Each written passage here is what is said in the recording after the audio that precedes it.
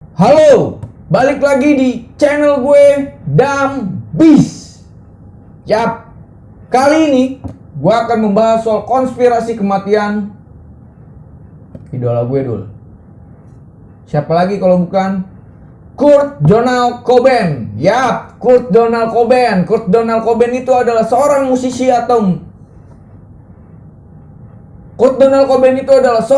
yang lebih dikenal dengan sebutan gelandangan. Nah, dul endul pasti pernah denger nih kata-kata dari Kurt Donald Cobain. Di luar sana kan banyak tuh yang ia mengatakan bahwa lebih baik aku dibenci menjadi diriku sendiri daripada aku disukai karena menjadi orang lain. Oke, mari kita bahas.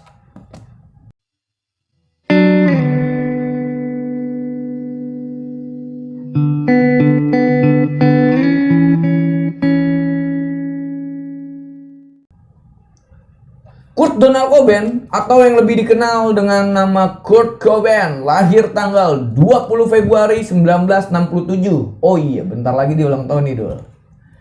Merupakan penyanyi dan musisi dari Amerika Serikat yang lahir di Aberdeen, Washington, Amerika Serikat. Tempat kelahirannya sama seperti Jimi Hendrix. Ia merupakan gitaris, juga serta pembentuk band Nirvana. Kurt dikenal sebagai sosok yang pendiam, pemurung, penyendiri, temperamen juga tapi dia, dan emosional. Rasa frustasi dan depresi yang sering ia alamilah yang membuat dia terjun ke dunia musik. Bahkan, suatu ketika Kurt Cobain pernah mengajak Axl Rose. Kalau dul endul yang belum tahu Axl Rose itu siapa, dia adalah seorang vokalis Guns N' Roses, dul. Untuk berduel di atas panggung. Gokil gak? Gokil gak? Pada saat itu Kurt belum terkenal aja udah ngajakin ribut Axl Rose. Gila gak tuh? Kurt sangat membenci hidupnya dan selalu merasa frustasi nih, dul. Dia pernah mengatakan, I hate myself and I want to die. Dia tuh emang pengen banget mati dia orangnya karena frustasi dengan kehidupannya dulu. Lu bayangin, baru umur muda udah bilang I hate myself and I want to die. Gokil. Aku membenci diriku dan aku ingin mati. Rasa kebencian itu dan frustasinya lah yang membuat dia masuk ke dunia musik. Dia menuangkan ungkapan rasa frustasi tersebut ke dalam lagu dan musik yang keras, hard. Kemudian dikenal dengan musik grunge. Oh iya, dul endul, gue mau cerita sedikit. Nah nih dul, di dalam komunitas grunge itu, kenapa dibilang komunitas grunge? Karena di dalam satu Seattle tuh merupakan kampung gitu lah. Ibaratnya kalau di Jakarta tuh kayak kota pinggiran Jakarta, Bekasi lah. Nah, mereka membentuk suatu komunitas yang bernamakan grunge. Nah, di dalam musik grunge itu banyak sekali band-band besar ternama di tahun 90-an seperti Pearl Jam, Alice in Chains, dan Soundgarden. Nah, kenapa dibilang grunge ini satu komunitas? Karena genre ini bisa dibilang genre musik alternatif rock. Karena dari sekian banyak pendengar yang didengarkan oleh para musisi komunitas grunge, terbentuklah nada-nada alternatif dari sekian banyak referensi mereka. Pertengahan 1980-an di negara bagian Washington, Amerika, khususnya di wilayah Seattle, musik-musik di Seattle ini terinspirasi oleh punk rock, heavy metal, dan indie rock. Grunge umumnya dikenali melalui suara distorsi gitar yang berat dan lirik melankolis atau apatistik. Gue suka banget tuh dul sama lagu Cobain yang But the Girl yang But I can see you every night free. Nah, keren tuh liriknya, gue suka.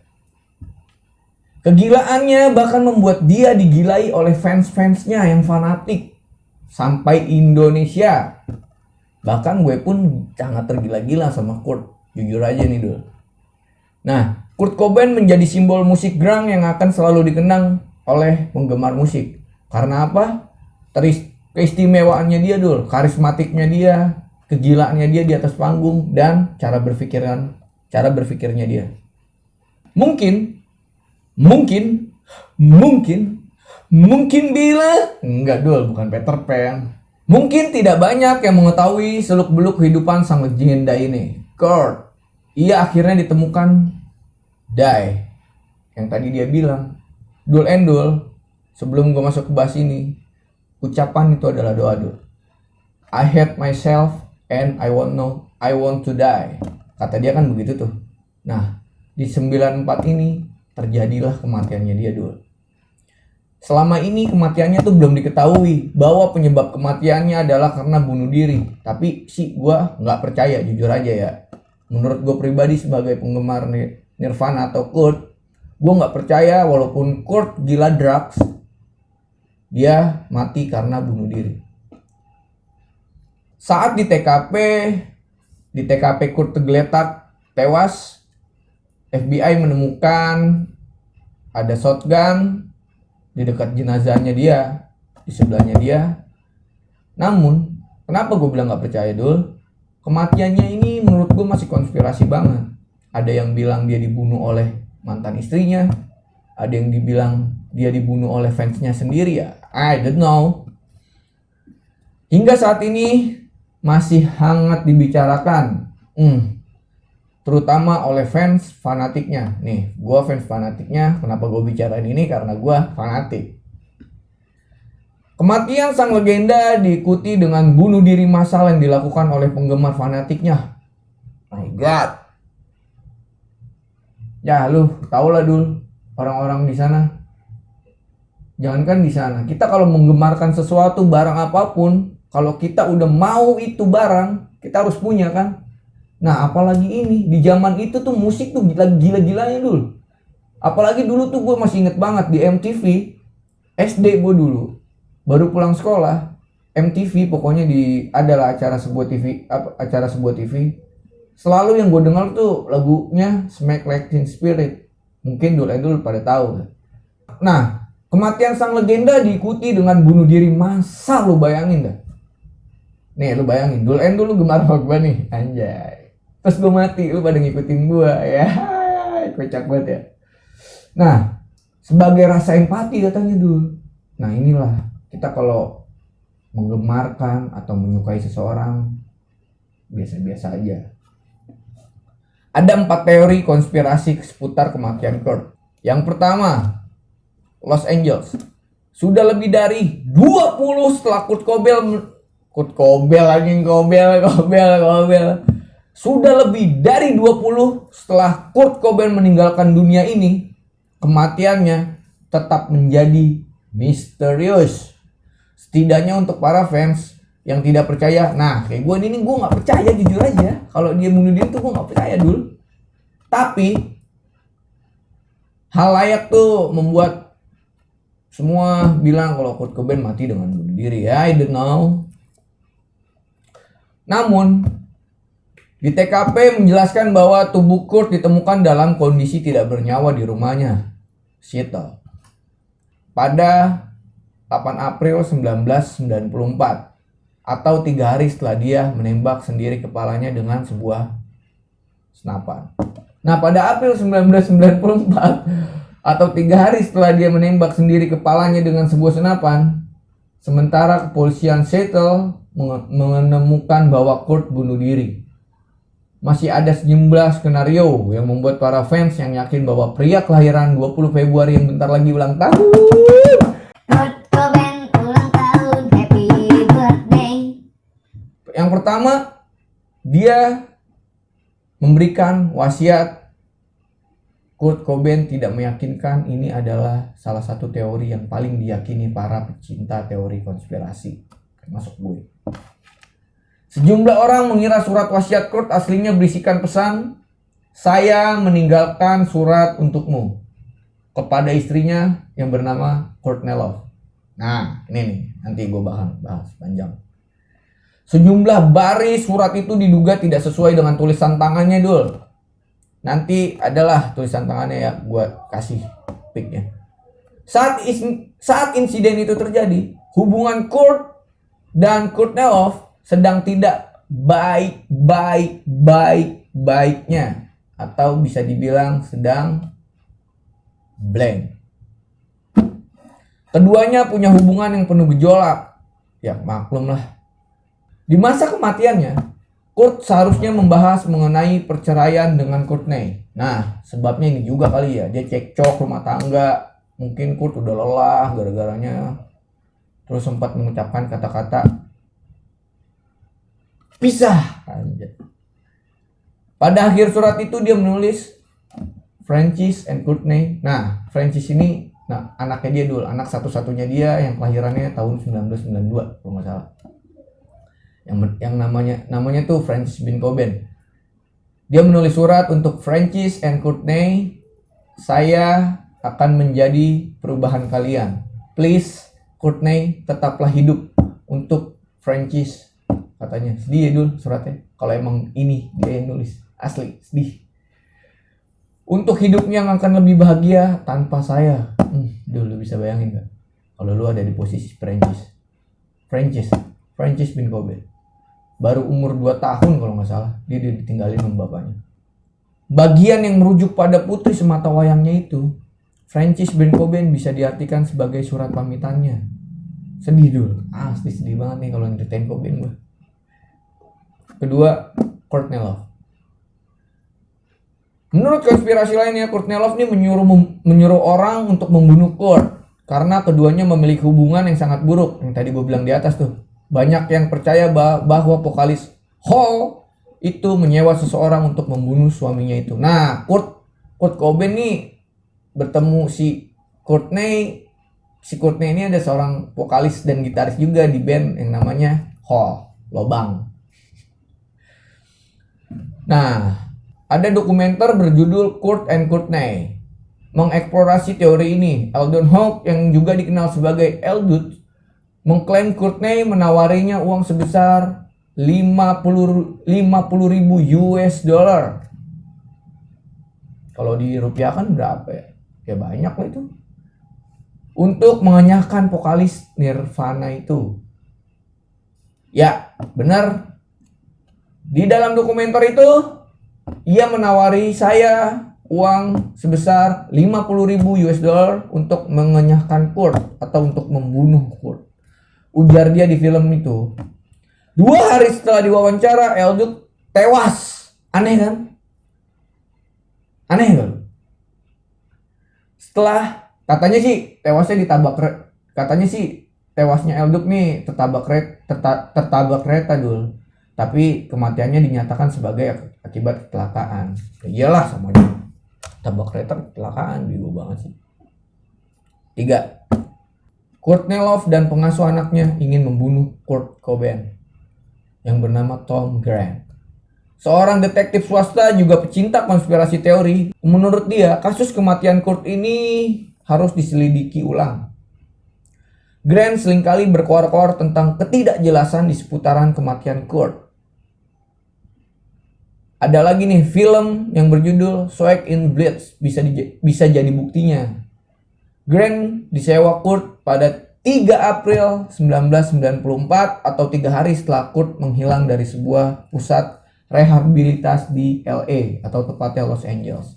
Nah, ini dia habis ngeband terus lari, boy. Anjing, keren banget ya.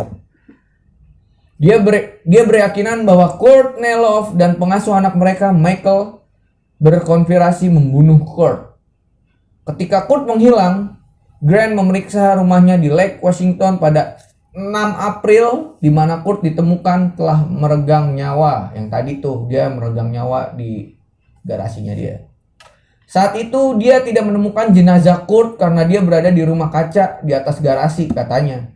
Tapi di hari berikutnya ketika Grant kembali ke rumah itu, dia menemukan surat aneh dari Michael di tangga utama yang sebelumnya tidak ada.